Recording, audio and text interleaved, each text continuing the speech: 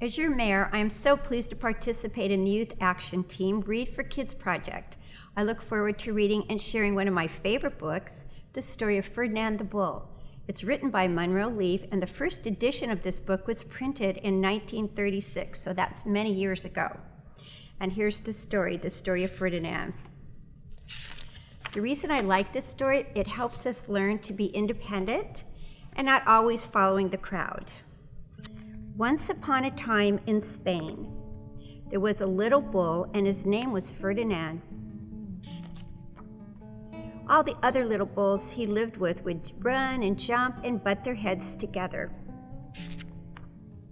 But not Ferdinand.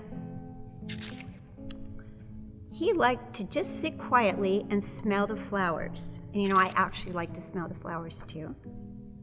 He had a favorite spot out in the pasture under a cork tree. It was his favorite tree, and he would sit in the shade all day and smell the flowers.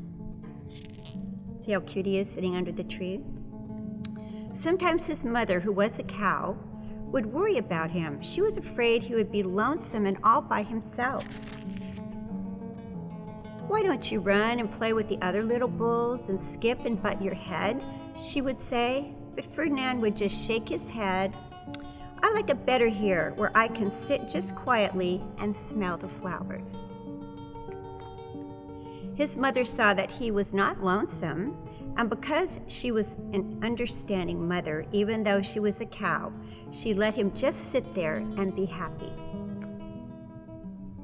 As the years went by, Ferdinand grew and grew until he was very big and he was very strong. All the other bulls who had grown up with him in the same pasture would fight with each other all day long. They would butt each other and stick each other with their horns. What they wanted most of all was to be picked to fight at the bullfights in Madrid, and now that's in Spain. But not Ferdinand. He still liked to just sit quietly under the cork tree and smell the flowers. One day, 5 men came in very funny hats to pick the biggest, the fastest, and the roughest bull to fight in the bullfights in Madrid. All the other bulls ran around snorting and butting and leaping and jumping, so the men would think that they were the very, very strongest and fierce and that they would be picked. But Ferdinand knew that they wouldn't pick him, and he didn't even care. So he went out to his favorite cork tree, and what did he do? He sat down to smell the flowers. He didn't look where he was sitting, and instead of sitting on a nice, cool grass in the shade, he sat on a bumblebee. Well, you can imagine what that must have felt like. Well, if you were a bumblebee and a bull sat on you, what would you do? You would sting him, and that is exactly what this bee did to Ferdinand. Look at his face. If you can see it, his eyes are like shocked, and he's very upset. Wow, did that hurt? Ferdinand jumped up with a snort. He ran around puffing and snorting and butting and pawing the ground if he was even a little bit crazy. The 5 men saw him, and they all shouted with joy.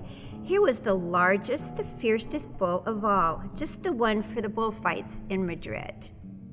Look at his face. Isn't that funny? So they took him away for the bullfight and a day in the cart. What a day it was. Flags were flying, bands were playing,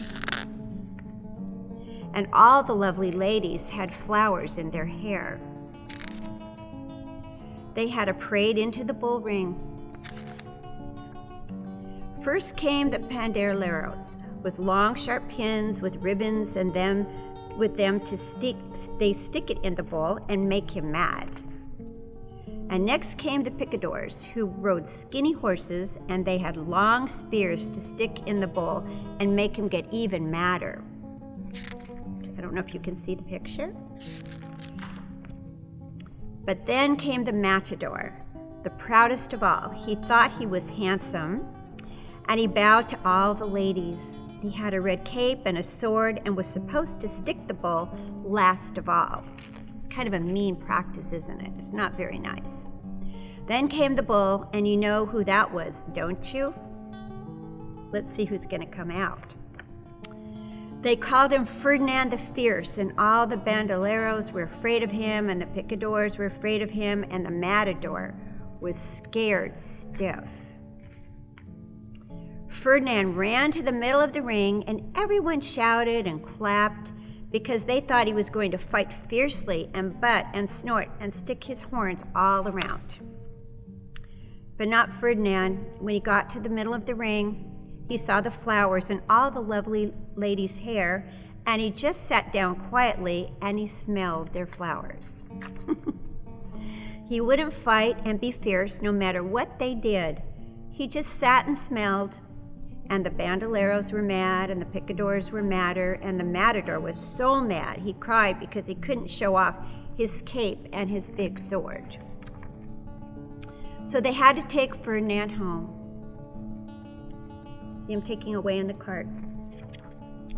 And for all I know, he is sitting there still under his favorite cork tree, smelling the flowers just quietly.